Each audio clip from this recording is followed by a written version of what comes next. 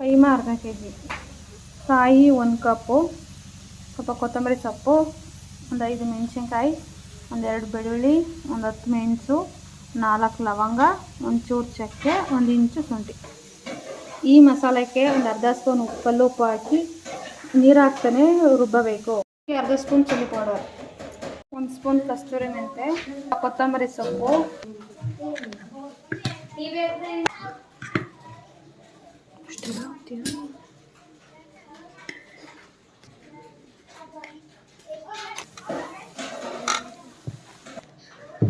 ನಾನು ಮೊಟ್ಟೆ ಎತ್ಕೊಬರೋದು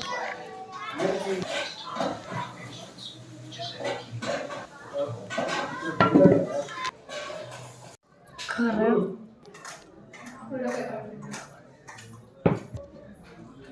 ಸ್ವಲ್ಪ ಎಣ್ಣೆ ಹಾಕಬೇಕು. ಉಂಡೆಗಳನ್ನ ಎಣ್ಣೆಲಿ ಫ್ರೈ ಮಾಡೋದ್ರಿಂದ ಒಡೆದೋಗುತ್ತೆ ಅನ್ನೋ ಭಯ ಇರೋದಿಲ್ಲ, ಚೆನ್ನಾಗಿರುತ್ತೆ.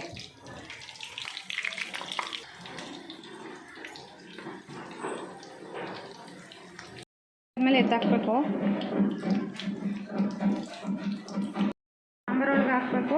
ಹಾಕ್ಬಿಟ್ಟು ಒಂದು 10 ನಿಮಿಷ ಚೆನ್ನಾಗಿ ಕುದಿಸಿದ್ರೆ ರೆಡಿ ಆಗುತ್ತೆ ಕೈಮಾ ಸಾಂಬಾರು.